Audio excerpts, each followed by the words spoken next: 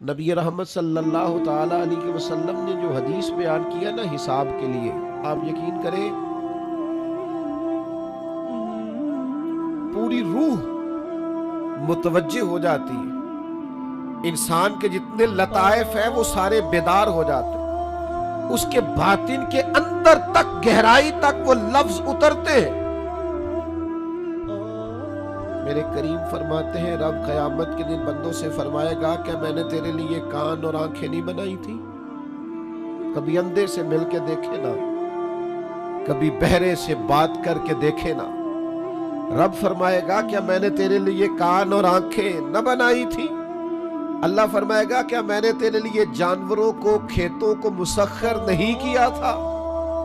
ہر جانور پر تو سواری کرتا ہے، جانوروں کے گوشت کھاتا ہے، جانوروں کا دودھ پیتا ہے، کھیت کے اندر ہل چلاتا ہے، اناج ہے، پھل ہے، سبزیاں ہیں۔ هو الذی خلق لکم ما فی الارض جمیعا، زمین میں جو کچھ ہے حضرت انسان کے لیے پیدا کیا۔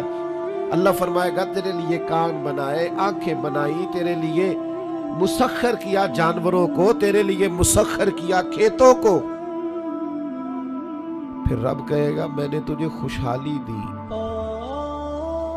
میں نے تجھے سرداری دی۔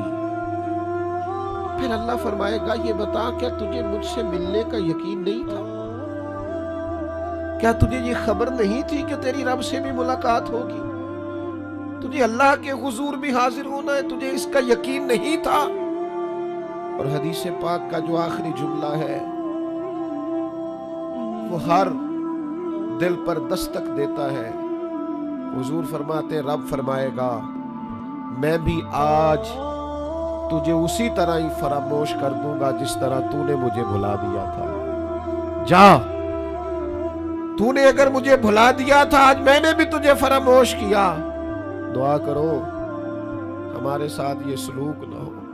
ہم تو مالک کے کرم کی امید پر ہی قبر میں جائیں گے، اس کی رحمت کی امید پر ہی میدان محشر میں کھڑے ہوں گے۔ باقی پتہ سارا ہے سردار نو کیتیاں دا، ایدہ پردہ پایا ہی تیرا پلا ہو سی۔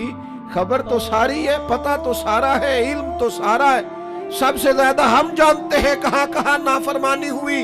یاد رکھنا اس کے حضور کھڑے ہونا ہے، اللہ کے حضور جواب دینا ہے۔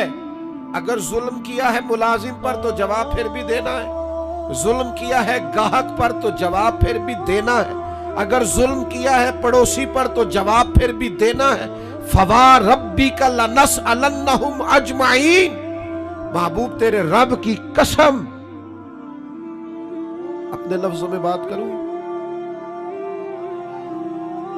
اللہ کہتا ہے محبوب میں نو تیرے رب دی قسم میں انہوں نے پوچھ لینا ہے، پوچھ لینا ہے میں نے ان سے سوال کرنا ہے۔ اما کانوا یعملون، جو یہ عمل کرتے تھے پوچھوں گا، سوال کروں گا۔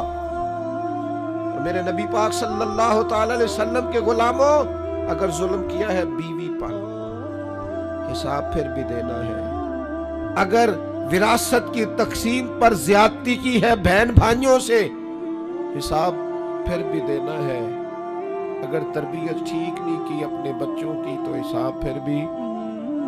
تم سربراہ تھے ایک ادارے کے، تمہارے پاس امانتیں آتی تھی، بچے پڑھتے تھے، مجموع کے مجمع تم سے عقیدتیں رکھتے تھے،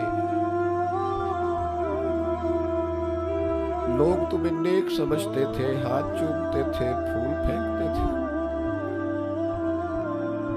تم نے بڑی عزتیں سمیٹی، تم نے خوشحالیاں اور سرداریاں سمیٹی۔